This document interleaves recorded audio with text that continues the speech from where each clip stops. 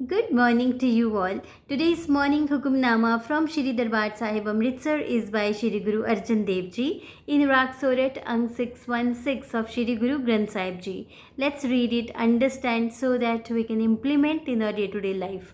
Satnam Shri Vaheguru Sahib Ji Sorat Mahalla Panjwa Maya Moho Magan Andiare Devan Har na jane. Infatuated with the darkness of emotional attachment to Maya, he does not know the Lord, the great giver. Jio pind saaj jin rachya, bal apno kar mane. The Lord created his body and fashioned his soul, but he claims that his power is his own. Man moode dekh rayo Prabh Swami, O foolish mind, God your Lord and Master is watching over you. जो किछ करे सोई सोई जाने रहे न कछुए छानी रहाओ. Whatever you do, he knows. Nothing can remain concealed from him. Now let's relate this with our day-to-day life so that we can implement it today.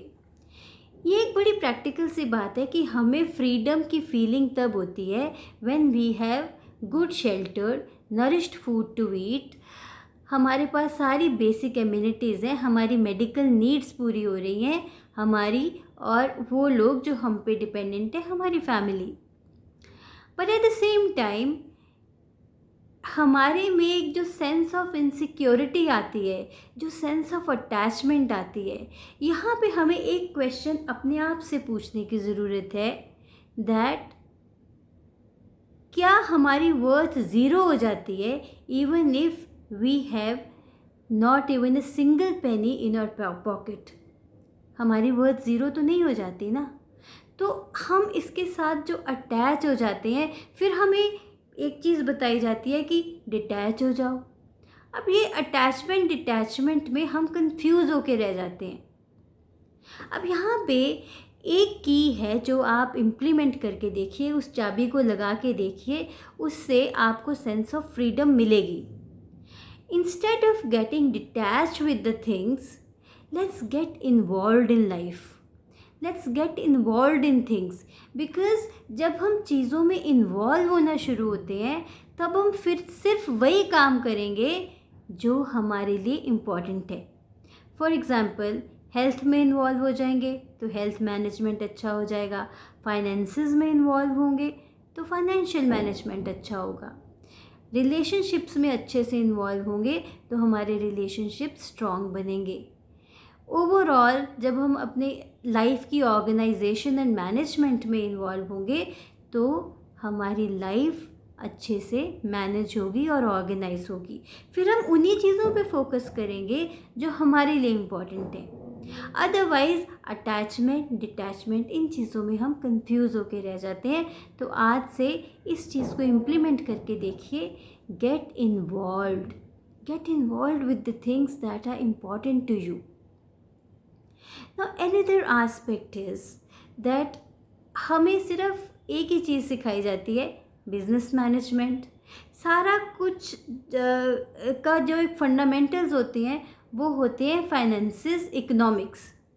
हमें लाइफ मैनेजमेंट नहीं सिखाई जाती way we need to balance out the various areas of our life which are important to us. तो कौन कौन से areas जो हमारे लिए इम्पॉर्टेंट होते हैं? ऑफ कोर्स हेल्थ और फैमिली और रिलेशनशिप्स और वर्क. अगर आप जॉब करते हो तो आपकी जॉब, अगर आप बिज़नेस करते हो तो आपका बिज़नेस. आप जो भी काम करते हो आप उस चीज़ में, जैसे मैंने बताया, इन्वॉल्व होके सारे एरियाज़ को मैनेज कीजिए. सिर्फ एक ही पॉइंट ऑफ व्यू से अपनी ज़िंदगी को ना मेजर कीजिए, that is economics. Try to see the overall management of your life which will actually make your life very beautiful because here you are trying to balance out your life. अब आप इस चीज़ को भी कभी note कीजिए कि जो लोग हमें लगता है कि लाइफ में फेल हो गए हैं वो भी परेशान है, बट जो लोग सक्सेसफुल हैं वो भी परेशान है. हमें लगता है कि वो बहुत सक्सेसफुल है, that actor was highly successful, that businessman was highly successful, still उसने सुसाइड कमिट करा. बिकॉज़ यहाँ सक्सेस की डेफिनेशन हर किसी के लिए अलग अलग है। अब जो लोग हमें सक्सेसफुल लगते हैं, एक चीज़ आप अपने आप से क्वेश्चन कीजिए कि सक्सेस जब हम किसी भी फील्ड में गेन करते हैं, तब हम ज़्यादा खुश होते हैं या जब हम 5 साल के थे और जिस फ्रीडम से हम रहते थे, तब हम ज़्यादा खुश हैं? Because when we are trying to seek the success, there also we are only focusing on success, we are only focusing on achievement. There also we are not balancing our life, we are not balancing the various areas of our life.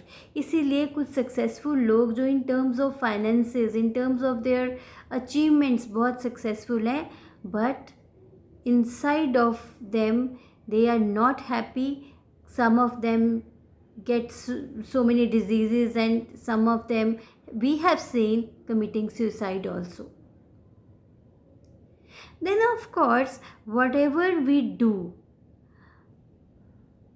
Almighty हमारे कर्म नहीं decide करता, हम करते हैं कि जो present moment में हम एक्शन ले रहे हैं उसी से ही हमारे कर्म बनते हैं. So that's why it's very important to get connected with Almighty so that we do right deeds. That's why it's beautifully said. मन मूड़े देख रहे हो प्रभ स्वामी, ओ foolish mind, God your Lord and Master is watching over you. जो खिच करे सोई सोई जाने, रहे न कछुए छानी रहाओ. Whatever you do, He knows, nothing can remain concealed from Him. तो चाहे कोई भी ना हमें देखे, हमारे खुद कॉन्शियस तो हमें देख ही रही है ना कि हम कर क्या रहे हैं.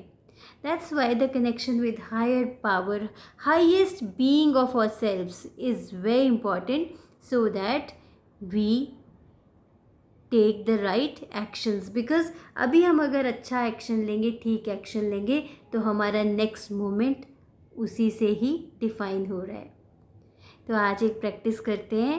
आज चीज़ों से डिटैचमेंट और अटैचमेंट का ये जो चक्कर है, इसको छोड़ के गेट इन्वॉल्व विथ थिंग्स. आपके लिए जो जो भी इम्पोर्टेंट है उसको अच्छे से इन्वॉल्व होके कीजिए, उसको अच्छे से उस चीज़ में इंटरेस्ट लेके कॉन्शियसली अवेयर होके वो एक्शंस लीजिए. And get connected to almighty so that you take the right actions. You are aware कि आप कर क्या रहे हो और इसका इम्पैक्ट आप पे कैसा होगा. आज इस चीज़ की प्रैक्टिस कीजिए. Take care, love you all, be balanced, be happy.